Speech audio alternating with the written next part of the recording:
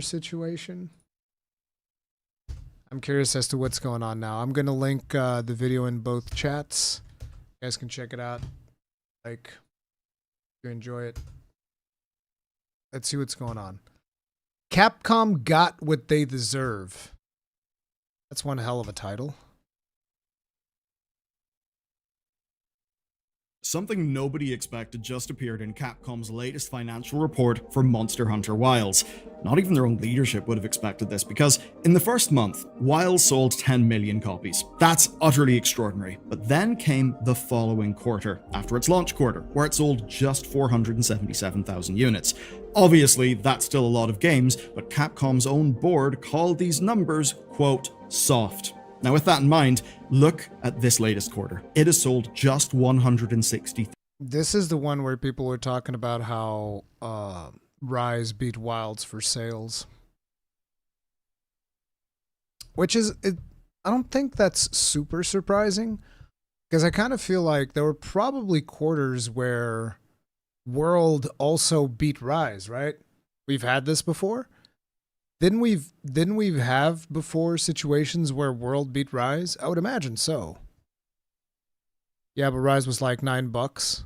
Yeah.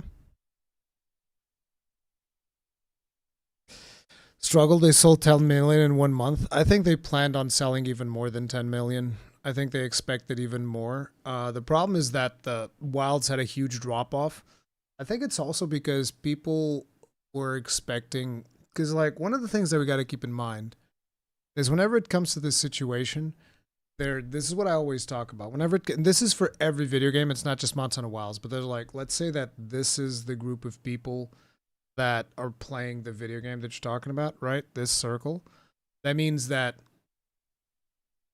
this would be the amount of people that play the game you're talking about and consume some form of media about that game. And then the even further smaller would be the people that actually actively engage in Reddit threads and stuff like that, right? So it's like, it's an infinitely smaller amount of people that consume games and are aware of, like, you know, the media that's surrounding these games and all of that stuff. And when it comes to Wilds, I think that one of the issues is a lot of people bought World and Iceborne when it was on sale. And this is something that happens with every Monster Hunter.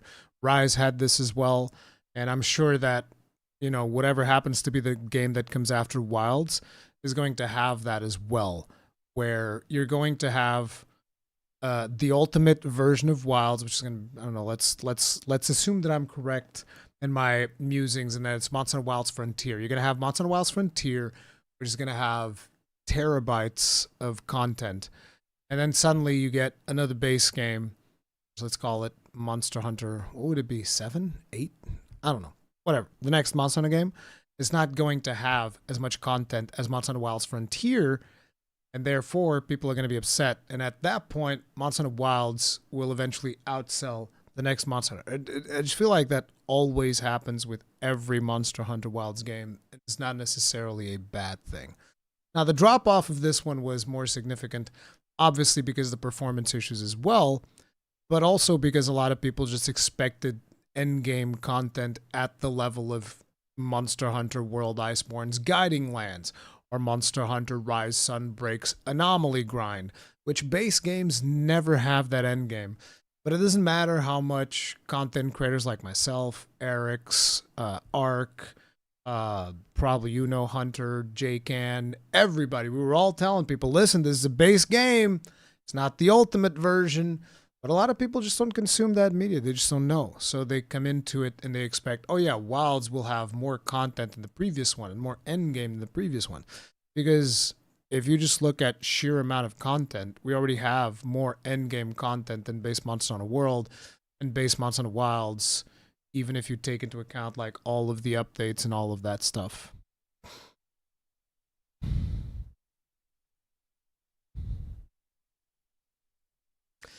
They had 130,000 when Omega dropped, and 30,000 is only Steam. Why do you think that 30,000? I don't think it's slow. I personally don't think it's slow, but a lot of people do, because you go from 1 million concurrents to a much lower number, and all of a sudden it's much lower. And people are like, oh, it fell off, etc., etc. But I do feel like this time we're getting like way more negatively impacted because of the performance issues. Absolutely. I said the day before Wilds release, don't be surprised if there aren't as many monsters as you're expecting at launch. They'll come in time. Yep. Yeah, most content creators, we talked about this, but most people don't consume it. So, yeah. That's very optimistic, but the people that actually do that don't make up the kinds of numbers company actually care about. I mean, go try out all the games. Yeah, I know. Performance aside, Base Wilds is really good content-wise. Yes, very much so. Very much so. Wilds, content-wise, is actually really, really good. Especially right now. Like with Omega and all the other stuff that we've gotten. Content-wise, this game is phenomenal. And once we get Gogmazios in December, it's going to be even more crazy. The problem still remains performance. And that's just something that we can't argue because, yeah, there are performance issues. It's a problem. It's a serious issue. Now, with that in mind, look at this latest quarter. It has sold just 160,000 copies. That is basically a third of what Capcom called soft. So that means it's fair to say that Monster Hunter Wilds sales have utterly collapsed. Capcom has entered a perfect storm of problems here, where their hopes have slammed into the cold wall that is the games industry in 2025. Do you know what's really annoying though? Hacks, like say the apparent Discord story that's been breaking in the news right now. And basically security breaches and invasive people. I do feel like if Capcom expect this to perform like an MMO, they're not going to get MMO-like performance out of a game like Monster Hunter. It's just not a live service. A lot of people still think this is a live service. It's not. Search sites are just a common thing these days, and it's why I use today's sponsor Incogni, because they're our way to fight back. You see, whenever data leaks, data brokers harvest it and then they sell it on. So if you've ever wondered how a spam caller got your number, it's actually often that. And Incogni solves this problem by automating the legal work that you would otherwise have to do manually to get your data taken down. And if you join at incogni.com/Bellular News, you'll get 60% off an annual plan. And here's how it works, right? You enter your info, and that's it. It just works. Plus, it feels like Bellular, no shade towards the guy, is farming this topic a little bit too much. I have to give you that one. I do. It's like you look. It's like I don't even remember Bellular covering that much Monster Hunter in the past. Like, look, it's actually funny because if you look, it was the video before all of these ones, the rise of our #1 publisher, how Capcom escaped AAA bullshit and saved itself.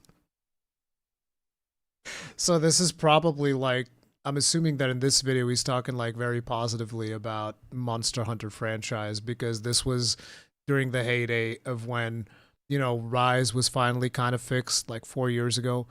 I forget if Sunbreak was out 4 years ago. I generally don't remember, but whatever. Rise was kind of fixed because Rise obviously suffered a lot from development during COVID and all of that other shenanigans. World and Iceborne were very much in vogue. A lot of people were discovering Monster Hunter through Monster Hunter World Iceborne. And then ever since the thing, it's just like been, it usually doesn't cover the same topic more than once.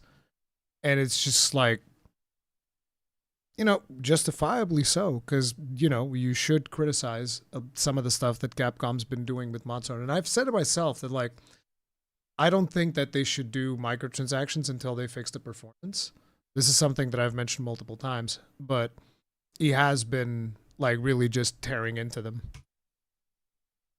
It's all automatic and they just take it from there. You see, you have a legal right to get your data taken down, but that takes hours and it's also not permanent. What Incogni does is automatically scan all of the brokers, they send takedown requests, and they add you to suppression lists. They do that all automatically and they constantly rescan so your data is kept down. Just look at my own personal dashboard. 217 sent, 2 in progress, 215 completed, and I'm on 26 suppression lists. And for things that are even more pesky, they have amazing features like their new custom removals one. So ultimately, it's peace of mind that you can get at incogni.com/Bellular News, and that's where you'll get 60% off the annual plan, so check them out using my link today. Here's what's wild about this story. Take a look at what Here's what's wild about this story. Check them out using my link today. Here's what's wild about this story. Take a look at what else sold during the same 6 months covered by Capcom's half-year report, and you see this. The 6-year-old Devil May Cry 5 outsold Wilds. Every single Resident Evil remake outsold Wilds. Street Fighter 6, which is 2 years old, it also outsold Wilds, and even the Devil May Cry HD collection from 2018 beat it. That's insane, right? Because overall, that is Curious about something.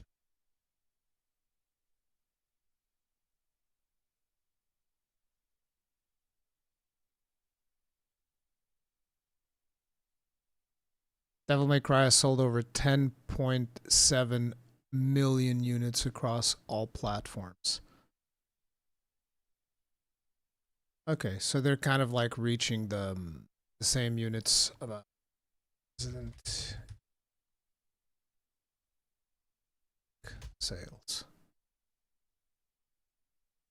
4.8 million units sold as of June 2025. I'm actually surprised the MC5 sold that many copies. Wait, did Dragon's Dogma 2 beat it? Was Dragon's Dogma 2 in that list? HD collection from Oh, poor Dragon's Dogma.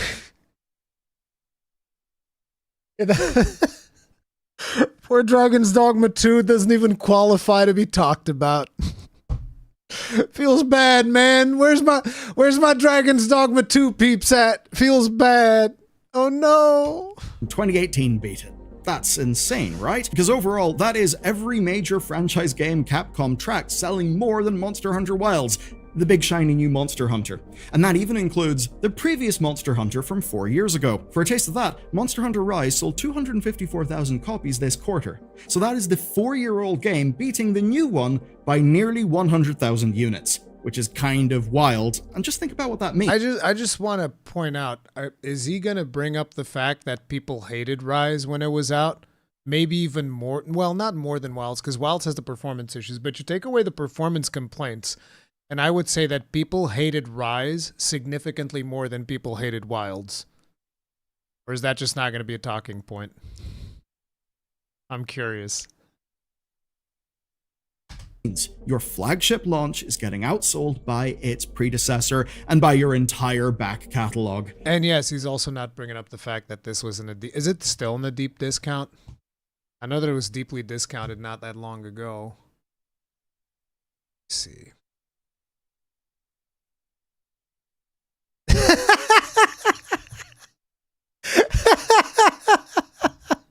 Wait, when did Rise get a very positive rating? What bizarro world am I living in? What? What is going on? Oh wait, no, because when Rise launched on PC, it was fixed because it wasn't a simultaneous release. So it was actually really good when it came out on PC. It had like good performance and everything. It was perfect. This never-ending cycle, dude. Yeah. Look at Rise and Sunbreak is at the price of like a fast food combo meal for 2, maybe. Not even that. Like if I go to like a fast food place, my lunch would be about €10 in Portugal. If I go to like Nude or something like that, which is like this ramen noodles place, my lunch would be more expensive than this. It's 6 months to from a year to Switch release. Oh yeah, it came out way more complete than the Switch one, 100%.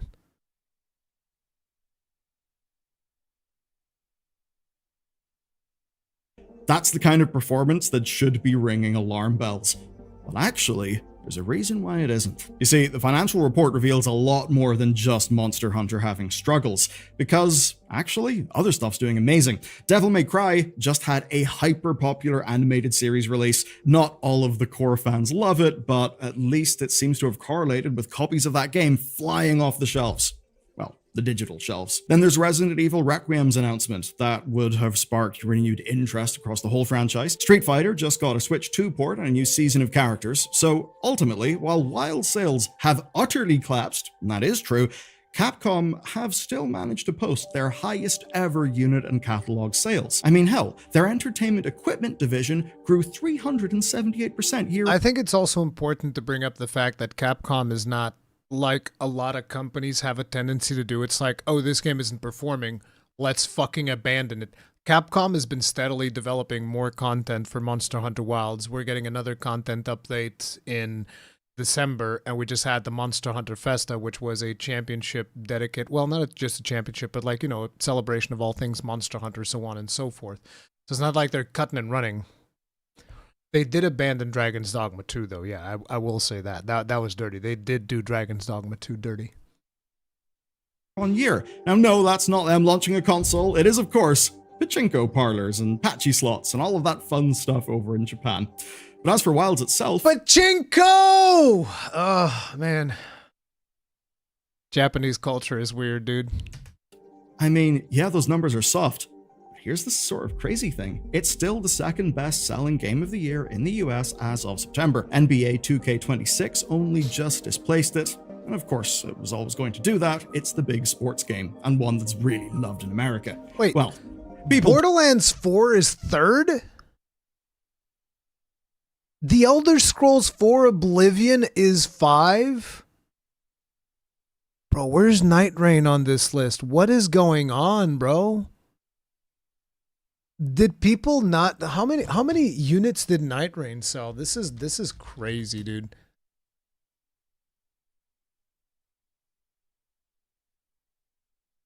Oh my god. Oh my god. What is this? Bro, we don't deserve good games. We just don't deserve good games, man. No, wait. Never mind. I'm stupid. Okay, 5 million. No, 5 million is fine. 5 million is good. Okay. I thought it was 2 million. And I was like, wait, what the? That's crazy. No, over 5 million units worldwide. That's actually pretty good. For a game like Night Rain, that is friggin' phenomenal.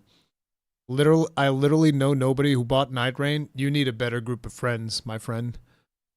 Like, we need more people to get into Night Rain as well. Like, this list, like, what is this? EA Sports College Football? NBA 2K26? What are all these normies doing in my hobby right now? Bunch of fucking corpo junkie normies, bro. What is this? Oh, man, dude. Borderlands 4, though, is conspicuously high. I'm actually surprised. I thought that with the friggin' Randy Pitchford putting his foot all over his mouth 50 times.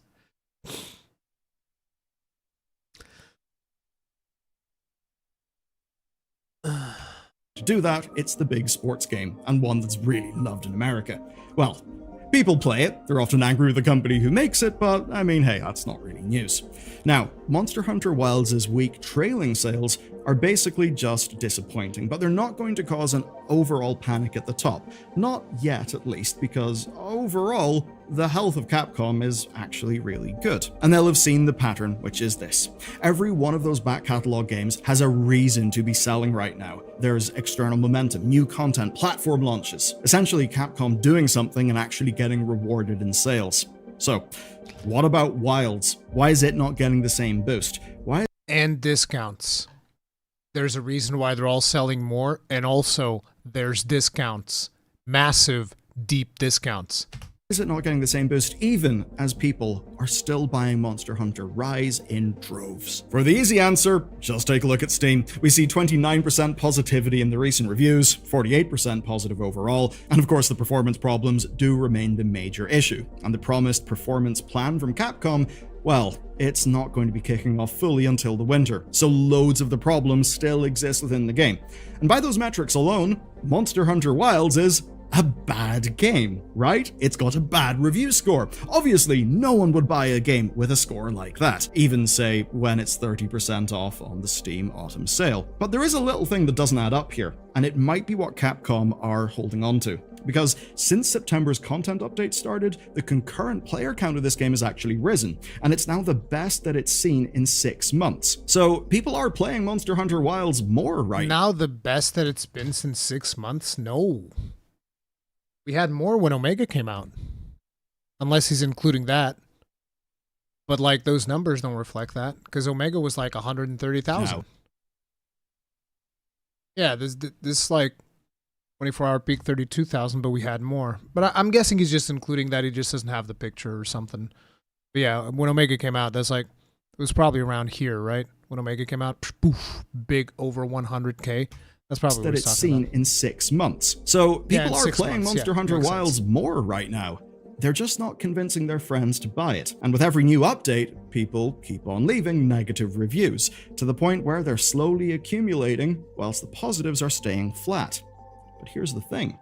It's not just a problem in PC. We found something else out from their report, and it's that Capcom leadership expected their main audience to be in PlayStation, but they weren't really in PlayStation. Now, Capcom blamed the PS5 prices, audiences' inability to Now, I don't agree that Capcom leadership believed that PlayStation were the... That doesn't make any sense that they would believe PlayStation would be their main audience. Because they specifically said they were going to... Well, they said they were going to have the dedicated stuff on PC to make sure that PC wasn't going to be lagging behind, but maybe they still expected it to sell more on consoles. That might in fact be something. I'm glad that at least now they should be aware that that's not the case. Because definitely Monster Hunter on PC, I think, is bigger than consoles. I think that PC is just going to take over consoles for the foreseeable future. I don't, other than like Switch, because PC can't replicate the Switch. Well, you can emulate it, I guess, but you guys get the picture. You can't because Nintendo is going to be the one that's going to keep holding on to their exclusives as much as they have been so far. But PC is eventually going to get everything. So PC just seems like it's the platform to be in right now. Master Beaver brings up a very important point, especially in Japan. It would make sense because they would have like that skewed vision because they are from Japan. And you do have a tendency to judge things by your own, lens of experience, which their experience in Japan would be, well, people are playing games on consoles more than PC. PC is not a super popular platform in Japan. Especially also, for those of you that don't know, Japan prices for hardware are insane. They're absolutely insane. Like, the amount of money that Gaijin paid for like a 4080 was pornographic, straight up. Upgrade to the console, basically a bunch of external factors. And of course, the actual console versions of this game do perform well. They're technically solid, but for some reason, people still aren't buying them. Instead, Capcom are left with the majority of sales being in PC. So here's the real question that's facing Capcom. Has Wilds already reached most of its addressable market? Has it actually just sold so well in its first month that everyone who would care has already got it? And that the pool of PS5 owners... I mean, it is important to mention that Monster Hunter, before Monster Hunter World, has always been a niche game. This is very much a niche game in a lot of ways because it is a somewhat complex game for your average normie. Like somebody who plays FIFA is not going to just jump into Monster Hunter because they would have no idea what the hell they're doing. They're like, peak performance? Critical eye? Weakness exploit? And then it doesn't help that Capcom's descriptions of skills are not particularly good. So there's that. It is possible that 10 million might be the Monster Hunter cap. And to be quite frank, and I know that what I'm about to say kind of sucks, I almost feel like maybe that's almost a good thing. Because, like, bro, we've seen some wild swings in the Monster Hunter community ever since Wilds came out, bro. It's been crazy. The amount of drama we've had, it's actually insane.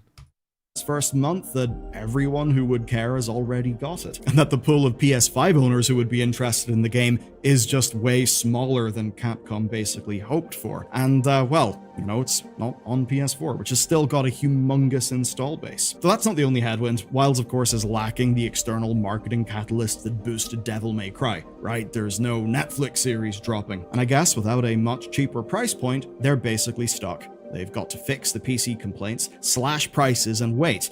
But beyond that, it seems their options are limited, and that this game has hit its launch goals, but it just hasn't hit them where they planned to hit them. Okay, look at the bets Capcom made. They planned PlayStation as the flagship platform for this game.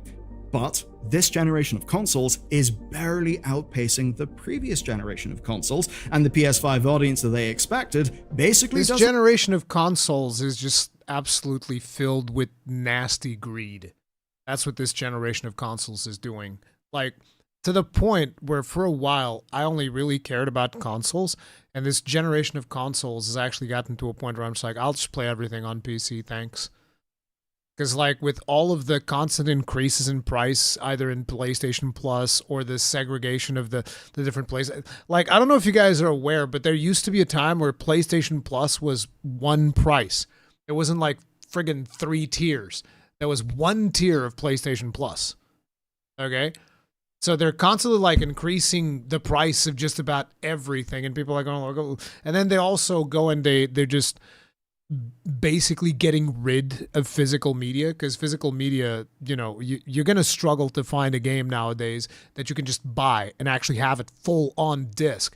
So physical media doesn't matter, and then everything on the console is so expensive. To give you guys an idea, in Portugal, this is not an exaggeration, any video game that you buy on Steam is 10 euros cheaper than on console. Okay? Literally any game. Any game, like whatever price it launches at, console version is 10 euros more expensive. Always. So it's like everything's more expensive, and you know, these corporations just expect people to keep footing the bill. It's like, it's not going to happen. You get to a point where people are like, well, fuck it. If I can't have the physical version and you're going to charge me more to have it digital on the console, why the fuck am I wasting my time? Getting double dipped on to play online with consoles is what finally got me to go to PC. That's the other thing. I didn't even mention that. You have to pay to play online. I expect eventually PC to get that too, by the way.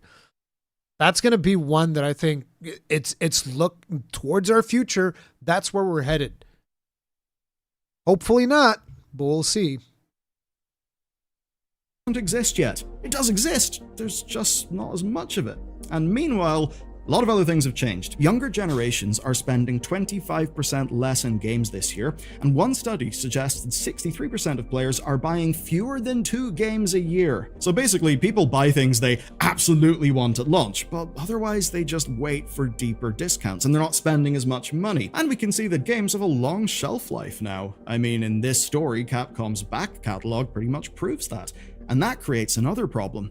If the prior game has got more content, solid performance, and costs less, why upgrade? Why buy the new one? I mean, Rise at full price still undercuts Wilds with a 30% discount. And that says to me that 30% is just not enough of a discount to actually move the needle psychologically. And perhaps it's the case that with games, generally speaking, being more expensive now, yeah, you got a 30% discount, but the principal number is of course starting off being a lot larger. So that basically means, I think, that sales could take longer than they would have used to, and that maybe they need more external catalysts like new platform launches or big transmedia narrative things. I think that for the types of games that we like, the types of games that I cover, I think that the market is just contracting significantly. And I think that we're going to continue to see that as we go forward, which this might be one way that the industry thinks it's offsetting the costs of the market contracting. They're making games more expensive, but I think that's actually just going to accelerate how fast the market contracts.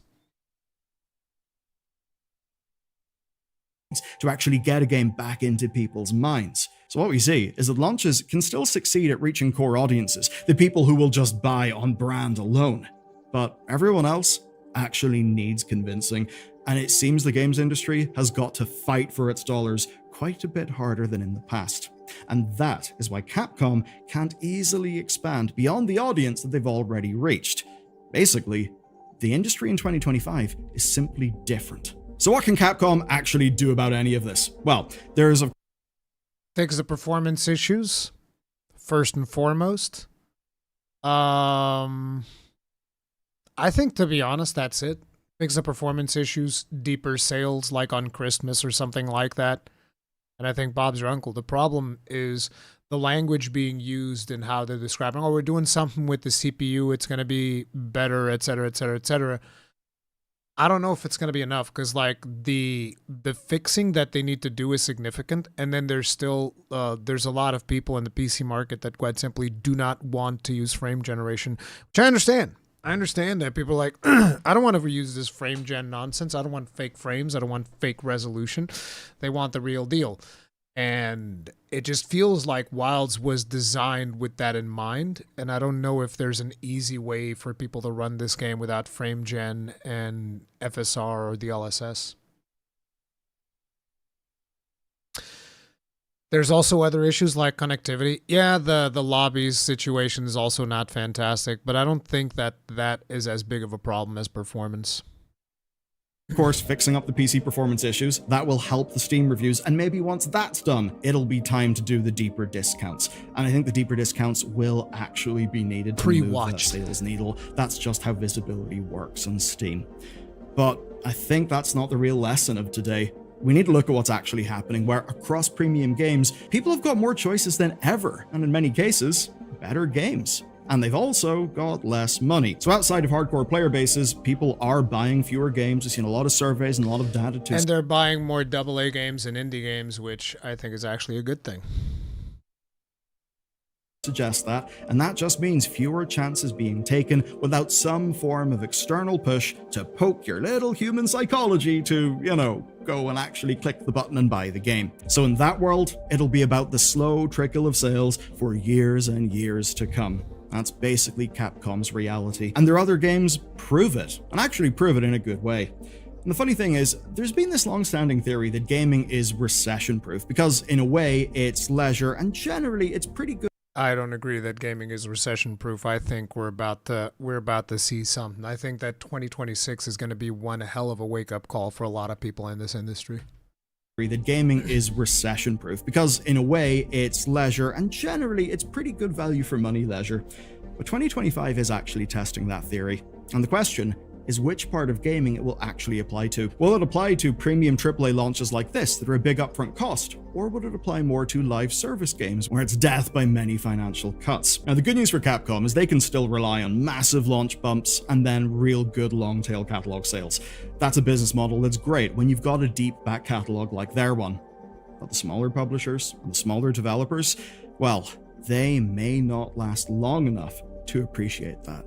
You guys would be shocked if you knew it how many times a game studio goes bust, and then those royalties just go to the publisher. It can be a pretty dog-eat-dog world. And if you'll pardon an unhinged segue, the biggest of those dogs is your boy Jeff and Amazon. And Amazon have some fresh slop for you, and it's not just any slop, it's Snoop slop. You can learn all about it in this video. Oh my god, yeah, that's a good one. That's a good one. But yeah, guys, make sure to check out the video from Bellular. Some interesting stuff. But like I said, I personally like Monster Hunter Wilds. I also completely agree that Monster Hunter Wilds has some serious performance issues that need to be addressed. I've mentioned that multiple times. I think that they're also going really deep into microtransactions. They're not going into microtransactions that affect gameplay, so it doesn't bother me. There's a lot of cosmetic stuff, but there's always comparable things that are being given to you in-game. So that's why the cosmetic stuff hasn't really bothered me too much. But I do feel like continuing to push the cosmetic stuff when you're still dealing with performance issues, I do feel like Capcom would do well to pay closer attention to that, but obviously that's not going to change, unfortunately, which I've also criticized multiple times, but, you know, it is what it is. It is what it is. Hopefully with Title Update 4, we'll see a significant performance improvement. I'm still a little bit hesitant as to how significantly the performance is going to improve on Title Update 4, but I know for a fact I'm going to have a ton of fun with Gogmazios and all the content. I think that content-wise, at this point, Monster Hunter Wilds is in a really good spot. I still feel like the beginning experience is going to be a little bit lackluster over the lack of challenge.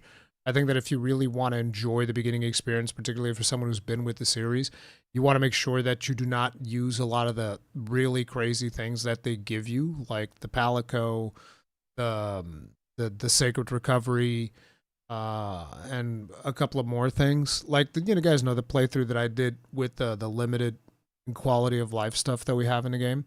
I think that that is a much more enjoyable experience if you're a veteran of the series. But once you start getting into 8-5 territories at the end game, I think the game is awesome. 9-5's even cooler. Friggin' Savage Omega, phenomenal. Love it. Fantastic. And Gogmazios is likely going to be amazing as well. People have also asked me, do I think that Title Update 4 is the last one? I believe we'll get at least one more title update.